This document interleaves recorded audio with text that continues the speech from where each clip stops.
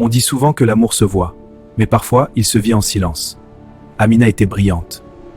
Toujours première en classe, toujours bien habillée, toujours entourée. Elle rêvait grand, très grand. Pour elle, l'amour devait ressembler à une réussite spectaculaire. Costume élégant, voiture brillante, regard confiant. Et puis il y avait Yacine. Yacine n'était pas impressionnant, pas bruyant, pas charismatique. Il était de ceux qu'on ne remarque pas beau. Yacine aimait Amina en silence. Il la raccompagnait après les cours. Il l'encourageait avant ses examens sans jamais se sentir menacé. Tu mérites mieux. Il est trop simple pour toi. Regarde Karim, lui au moins il a déjà réussi. Karim avait l'allure, les paroles, les promesses. Alors Amina a choisi la lumière et elle a laissé l'ombre derrière elle. Les mois ont passé. Karim aimait être admiré, mais il n'aimait pas construire.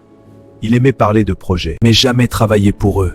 Peu à peu, les belles paroles sont devenues des excuses. Les promesses se sont transformées en absence. Les années ont passé. Un jour, lors d'une conférence professionnelle, Amina est tombée sur un nom qu'elle connaissait. Yacine, fondateur d'une entreprise innovante. Quand il est monté sur scène, il n'avait toujours rien d'extravagant.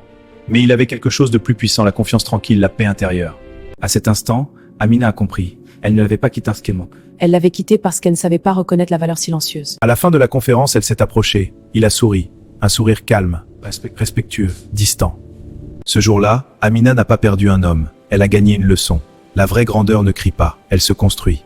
Et parfois l'homme invisible était simplement celui qui construisait un avenir pendant que les autres cherchaient à briller. Abonnez-vous pour plus d'histoires vraies.